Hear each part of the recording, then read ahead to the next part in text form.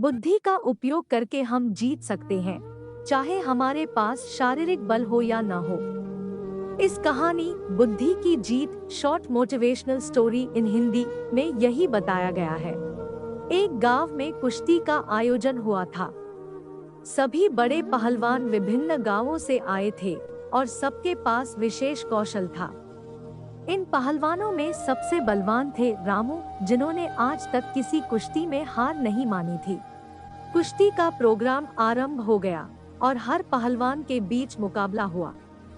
कुश्ती के आखिरी चरण में सभी को रामू के साथ मुकाबला करना होता था और यह रामू के खिलाफ कठिन चुनौती थी। आखिरकार कुश्ती प्रतियोगिता का विजेता केवल रामू ही रहा।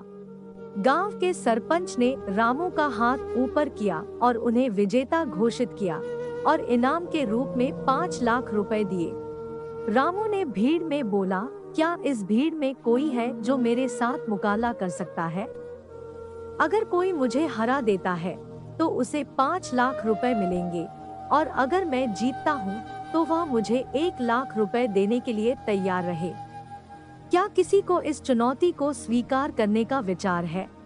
भीड़ के सभी युवाओं ने आपस में नजर मिलाई, लेकिन किसी ने भी साहस नहीं दिखाया। रामू हंसने लगे देखकर कि कोई भी उनकी चुनौती को स्वीकार नहीं कर रहा है। इस समय एक पतले और दुर्बल आदमी ने बड़े ही निर्भर भाषा में घुसपैठ किया, मुझे आपसे कुश्ती लड़नी है। दोनों पहलवान मैदान में पहुंचे और सभी लोग उनके लिए तालियां बजाने लगे। किसी ने उनका नाम तक नहीं लिया। संजू और रामू के बीच कुश्ती शुरू हुई। संजू ने कुछ इस तरह से खेला कि वह रामू के हमलों से बचते रहे और स्वयं को सुरक्षित रखते रहे।